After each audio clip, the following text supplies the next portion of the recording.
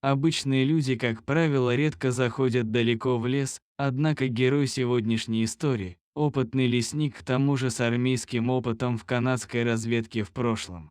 Однажды утром Джон гулял в лесу недалеко от своей хижины. Внезапно он остановился, так как раздался пронзительный вой в округе. Он бросил свою экипировку и инструменты, которые брал для замера диаметров деревьев, и медленно пошел на звук. Через время сквозь низкую растительность мужчина вышел на лесную поляну. Он столкнулся с крупной волчицей, ее лапы были зажаты в капкане, и она яростно пыталась освободиться. Но спустя время она сдавалась и снова ложилась на землю.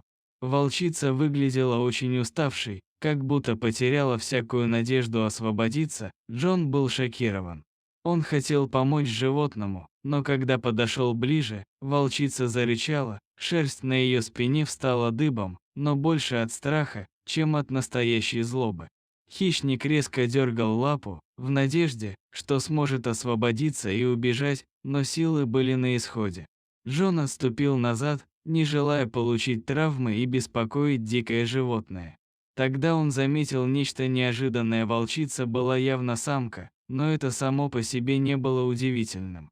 Ее вымя было полное молока, это значило, что где-то должны быть ее детеныши, которые с нетерпением ждут свою маму. Если они еще живы, детеныши, кормимые матерью, не могут выжить долго без нее, так и оказалось. В кустах неподалеку выглядывал маленький волчонок, скорее всего, малыш был не один. Видимо, из-за потомства волчица была так агрессивна, пыталась защитить их, но не могла преодолеть ловушку браконьеров. Если Джон хотел спасти детенышей, ему нужно было действовать быстро, но он не мог подойти к волчице, опасаясь, что она может нанести ему вред. Ведь дикое животное в такой напряженной ситуации непредсказуемо, при этом волчица была на грани смерти. Похоже, она потеряла много крови из-за раны на лапе. Если оставить ее одну, смерть была бы неизбежной, причем в течение суток-двух. К тому же браконьеры или другие хищники могли прийти за своей добычей. Джон это понимал и не хотел довести ситуацию до этого. После всего, что он прошел в жизни, он стал тем, кто никогда не сдается. Он не был готов отказаться от этой умирающей волчицы. Он знал, что каждая секунда, которую он тратит, может означать, что эта волчица или один из ее детенышей не выживут. Действовать нужно было прямо сейчас. Джон собрался с духом, присел и медленно стал приближаться к волчице. Он осторожно коснулся ее лапы. К его удивлению, она не отреагировала, она была уже совершенно обессиленной. Сейчас или никогда. Он осторожно отгородился от волчицы одной рукой, которую обмотал курткой для защиты в случае агрессии, а другой рукой нажал на механизм капкана, чтобы освободить ее, но он не раскрылся, лапа осталась заперта. Вероятно, капкан заклинил из-за мощных рывков. Когда волк пытался сбежать, Джону не оставалось времени на размышления. Он двумя руками налег на капкан, вопреки безопасности оставив шею без прикрытия, и у него получилось. Волчица не сопротивлялась, изредка приходила в сознание и рычала. Затем мужчина поднял волчицу на плечо и потащил ее к своей хижине. Она находилась всего в нескольких сотнях метров от него, но все равно потребовалось почти 20 минут по снегу нести довольно тяжелого хищника. Он положил волчицу рядом с буржуйкой, животное было уже близко к переохлаждению. Пока домик прогревался, лесник смог рассмотреть раны зверя, которые затем он вымыл и обработал своим аптечным набором.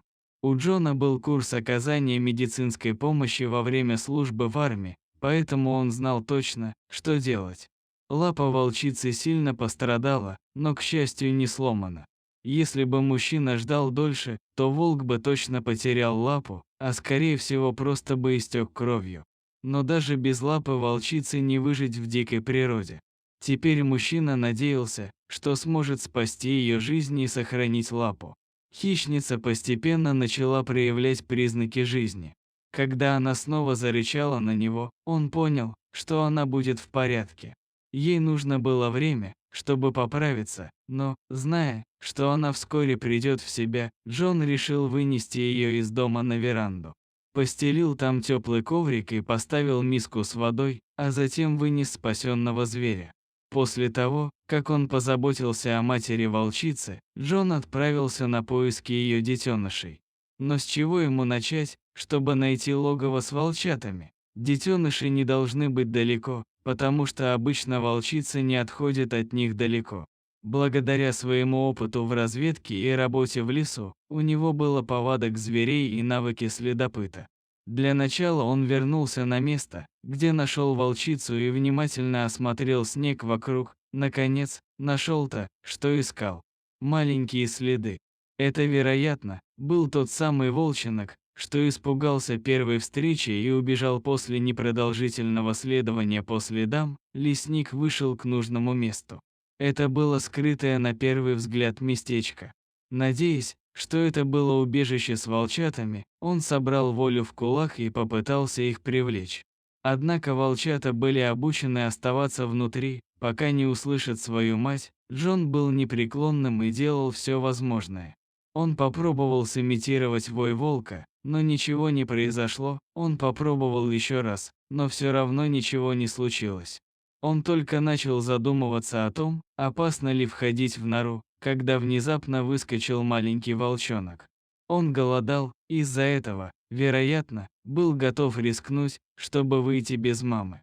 Когда первый самый смелый малыш вышел, вскоре последовали и остальные. Зная, что он не сможет унести всех четверых, он аккуратно поместил их в мешок и закрыл его.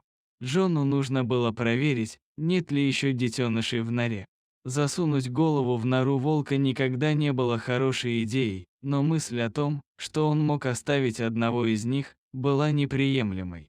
Мужчина лег на живот и немного вполз внутрь. К счастью, это не было так глубоко, как он предполагал. Джон посветил фонариком, но других волков не было видно. Теперь он мог уйти отсюда с чистой совестью, зная, что детенышей не осталось в норе. Он взял мешок с волчатами и вернул их к матери. Когда Джон открыл дверь на веранду, где спала волчица, щенки заскулили. Мужчина положил открытый мешок на пол, и оттуда вылетели волчата. Их мать услышала голос своих детишек и привстала на лапы. Глаза ее были влажными, как будто она плакала от встречи, на которую уже не рассчитывала. На мужчину не было никакой негативной реакции, рычания или попыток напасть, но он все равно оставил щенков рядом с матерью и ушел в свое помещение, подглядывая за ними через щель в двери. Джон надеялся, что его запах не оттолкнет мать от них. Волчата узнали мать и бегом бросились к ней. Она обнюхала их, и Джон замер на мгновение, задерживая дыхание. Она их узнала. Опытный искатель приключений был рад до слез, когда она начала лизать волчат. Она легла, и вскоре маленькие волки с удовольствием стали пить ее молоко. Волчица провела с Джоном некоторое время и становилось все лучше. Мужчина лишь приносил раз в день мясо и менял воду, при этом дверь на улицу была открыта. Вскоре волчица смогла подняться и даже ходить прихрамывая.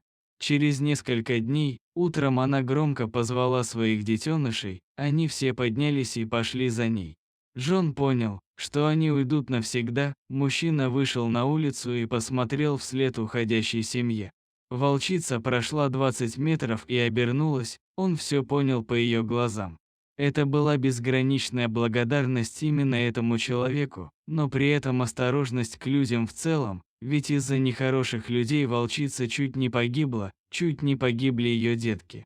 Джон больше никогда не видел стаю хищников, но он знал, что 4 молодых волка и волчица где-то сейчас живут и, возможно, даже вспоминают своего спасителя.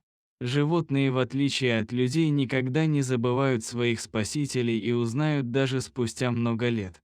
Этот случай разлетелся по многим местным газетам Канады, а Джон стал почти героем в своем городке. Мужчина подробно рассказал на СМИ этот необыкновенный случай, но периодически его просят вновь окунуться в воспоминания и рассказать еще раз за круглым столом. Если эта история затронула вас так же сильно, как и нас, то поддержите, пожалуйста, лайком и подпишитесь на канал.